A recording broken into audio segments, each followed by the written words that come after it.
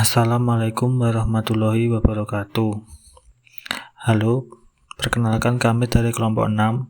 Kali ini kami akan mempresentasikan tentang hak dan kewajiban negara serta tugas dan tanggung jawab negara.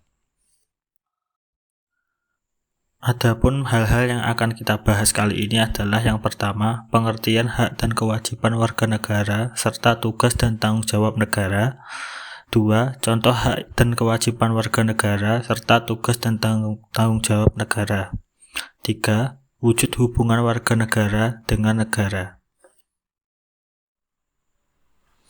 Pengertian hak dan kewajiban warga negara serta tugas dan tanggung jawab negara. Pengertian hak dan kewajiban negara. Sebelum membahas hak dan kewajiban warga negara, akan lebih baik membahas sedikit tentang adil, karena ini akan ada kaitannya.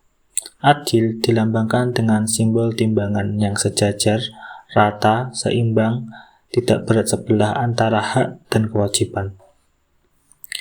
Yang pertama adalah hak.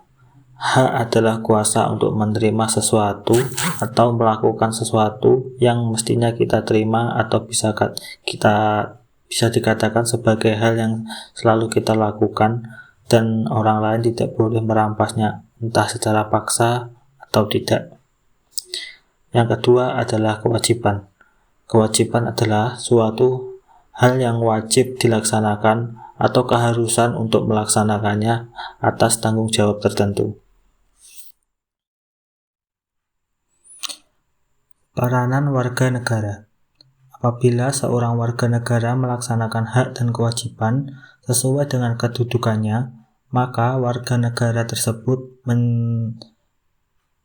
menjalankan suatu peranan, atau istilah peranan itu lebih banyak menunjuk pada fungsi, penyesuaian diri, dan sebagai suatu proses. Istilah peranan mencangkup 3 hal, yaitu norma.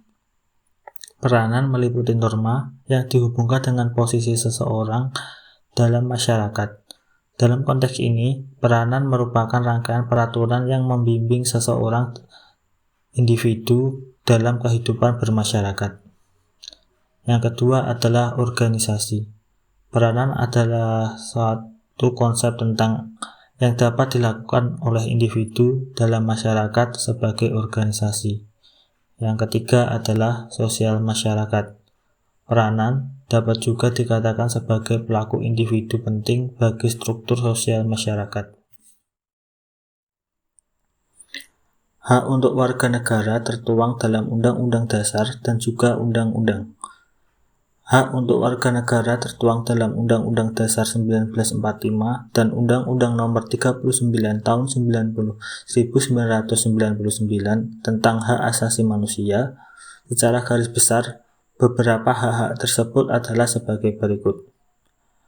Pasal 28A Undang-Undang 1945, Pasal 9 UU Nomor 39 Tahun 1999, yaitu hak untuk hidup.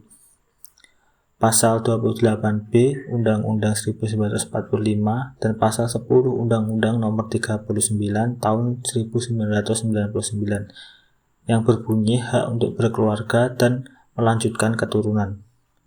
Lalu ada Pasal 28C Undang-Undang Dasar 1945 dengan Pasal 11 sampai 16 Undang-Undang Nomor 39 Tahun 1999 yang berbunyi hak untuk mengembangkan diri, dan juga Pasal 28H dan Pasal 28I ayat 2 Undang-Undang Dasar 1945 serta Pasal 17 sampai 19 Undang-Undang Nomor 39 Tahun 1999, yaitu berbunyi untuk hak memperoleh keadilan.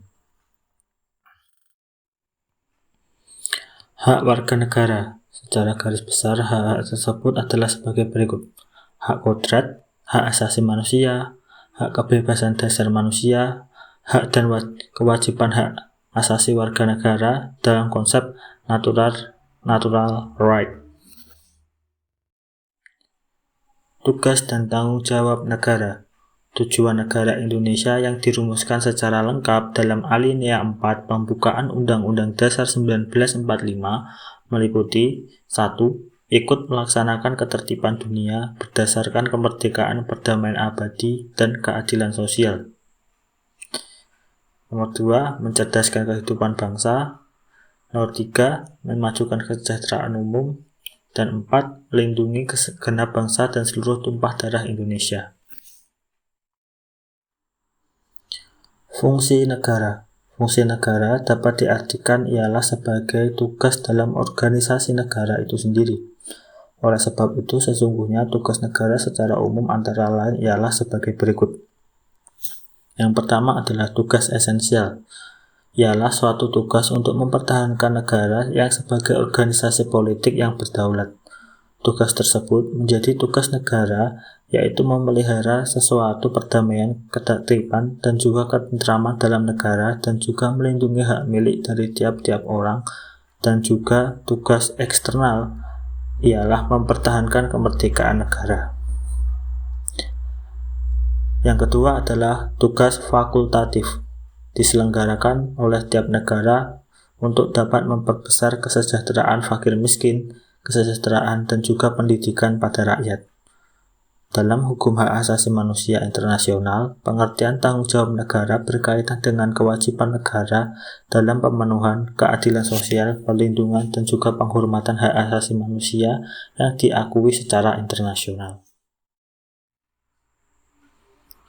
Tanggung jawab negara keadilan sosial.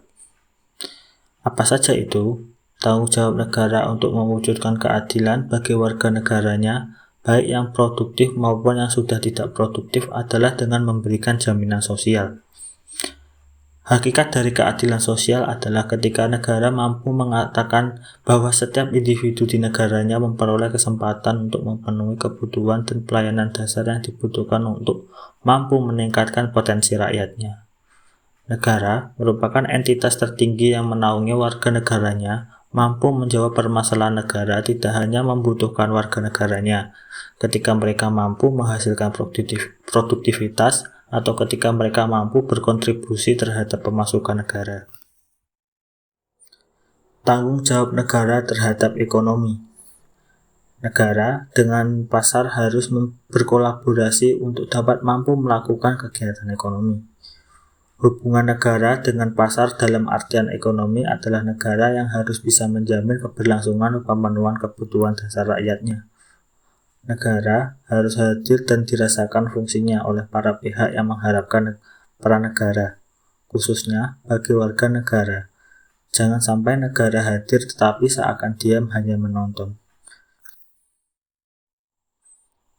Tanggung jawab negara terhadap lingkungan hidup. Negara tidak dapat diam dan harus pintar dalam memanfaatkan insentif ekonomi untuk menumbuhkan tanggung jawab terhadap lingkungan hidup. Negara harus pintar dalam melakukan intervensi dan memanfaatkan sektor-sektor strategis seperti sektor energi untuk dapat memperbaiki orientasi kegiatan ekonomi industri menjadi lebih ramah lingkungan dan berkelanjutan. Negara harus menjadi smart state dan menjamin pencapaian untuk mempromosikan keadilan sosial dan pertumbuhan ekonomi yang berkelanjutan, serta ramah lingkungan dalam rangka membangun kualitas masyarakatnya. Pembahasan yang kedua adalah contoh hak dan kewajiban warga negara serta tugas dan tanggung jawab negara. Contoh hak dan kewajiban warga negara. Setiap warga negara memiliki hak dasar yang ada perkembangannya, dikenal dengan hak asasi manusia atau HAM. Secara universal, hak warga negara dibagi atau dibedakan macam, dan berikut ini adalah macam beserta contohnya. Pertama adalah hak asasi pribadi atau personal rights. Hak asasi ini berhubungan dengan kehidupan pribadi manusia.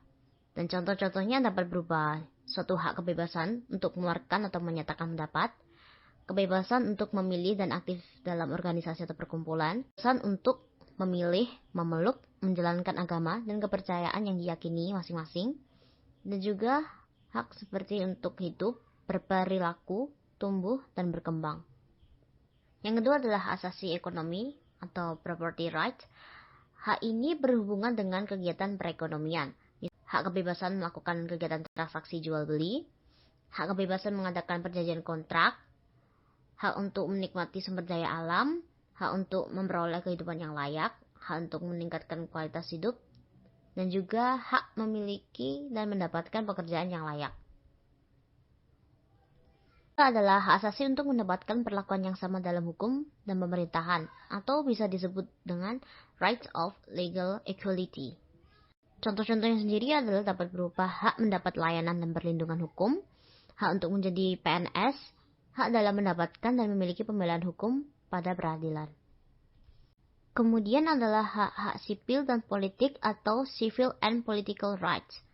Hak ini berhubungan dengan kehidupan politik, dan contoh-contohnya dapat berupa hak untuk ikut serta dalam kegiatan pemerintahan, hak membuat dan mendirikan partai politik serta organisasi politik lainnya, hak untuk membuat usulan suatu petisi, hak diangkat dalam jabatan pemerintah, dan hak untuk memilih dan dipilih dari suatu pemilihan. Kemudian adalah asasi sosial dan kebudayaan atau social and cultural rights. Hak ini berhubungan dengan kehidupan bermasyarakat. Contoh-contohnya adalah hak untuk mendapatkan pengajaran, hak untuk mengembangkan hobi, hak untuk berkomunikasi, hak untuk mendapatkan jaminan sosial, hak untuk mengembangkan budaya yang sesuai dengan bakat dan minat. Dan yang terakhir adalah hak asasi untuk mendapatkan perlakuan dan tata cara peradilan dan perlindungan, atau disebut juga dengan procedural rights. Contohnya berupa hak mendapat pembelaan hukum di pengadilan, hak atas persamaan perlakuan penggeledahan, penangkapan, penahanan, dan penyelidikan di muka hukum, hak untuk memperoleh kepastian hukum, hak mendapatkan perlakuan adil dalam hukum, dan hak untuk menolak penggeledahan tanpa adanya surat penggeledahan. Selanjutnya adalah kewajiban warga negara. Selanjutnya adalah contoh dari kewajiban warga negara. Contohnya adalah berupa kewajiban membayar pajak dan membela tanah air seperti yang dijelaskan pada pasal 27E. Kemudian membela pertahanan dan keamanan negara seperti yang diatur pada pasal 29E, menghormati hak asasi lain, dan mematuhi pembatasan yang tertuang dalam peraturan yang diterangkan pada pasal 28E. Kemudian ada beberapa kewajiban lain yang dijelaskan dalam undang-undang. Selanjutnya adalah tugas dan tanggung jawab negara. Contoh dari tugas dan tanggung jawab negara adalah menegakkan hak atas kemerdekaan dan persamaan bagi setiap warga negara di hadapan hukum, membuat dan melaksanakan aturan-aturan hukum nasional yang adil dan tidak didiskriminasi terhadap warga negara, melindungi warga negara dari berbagai bentuk ancaman dan bahaya, memajukan kesejahteraan sosial warga negaranya, mencerdaskan kehidupan bangsa, kemudian ikut serta dalam segala upaya pemeliharaan ketertiban dunia. Kemudian, pertanggungjawaban negara sendiri memiliki beberapa batasan. Pertanggungjawaban negara timbul dalam hal negara itu merugikan negara lain. Yang kedua, pertanggungjawaban negara dibatasi pada pertanggungjawaban atas perbuatan yang melanggar hukum internasional. Dan yang ketiga adalah perbuatan suatu negara yang merugikan negara lain tetapi tidak melanggar hukum internasional, tidak menimbulkan pertanggungjawaban negara. Suatu negara menolak masuknya WNA ke dalam wilayahnya. Negara berhak menolak atau menerima WNA masuk dalam wilayahnya. Dan berikut adalah contoh lainnya dari bentuk tanggung jawab negara. Pertama, ekspropriasi atau nasionalisasi, yakni pencabutan hak milik perorangan untuk kepentingan umum yang disertai pemberian ganti rugi. Ada beberapa perbedaan pada abad 19 dan abad 20, yakni pada abad 19, setiap ekspropriasi atas hak milik warga negara asing dianggap merupakan dasar bagi tuntutan internasional.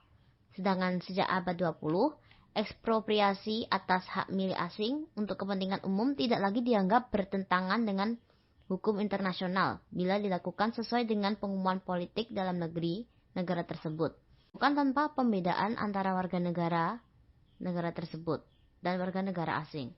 Contoh tanggung jawab negara yang kedua adalah permasalahan kabut asap yang ditimbulkan dari kebakaran hutan yang terjadi di Indonesia yang menyebar hingga ke negara tetangga, yang mengakibatkan pengajuan protes terhadap Indonesia atas terjadinya protes Malaysia dan Singapura ini berdasarkan pada alasan bahwa kabut asap yang sampai ke negara mereka menyebabkan terjadinya gangguan terhadap kesehatan masyarakat. Kabut asap ini menyebabkan infeksi saluran pernafasan atas atau ISPA batuk, radang, dan gangguan paru-paru.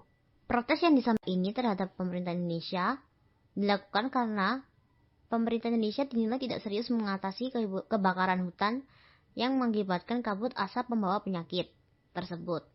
Karena lambatnya penanganan pemerintah di mata internasional, Indonesia memenuhi pertanggungjawabannya berdasarkan pasal 37 ILC Law Commission, yakni permintaan maaf secara resmi dan negosiasi atau perundingan.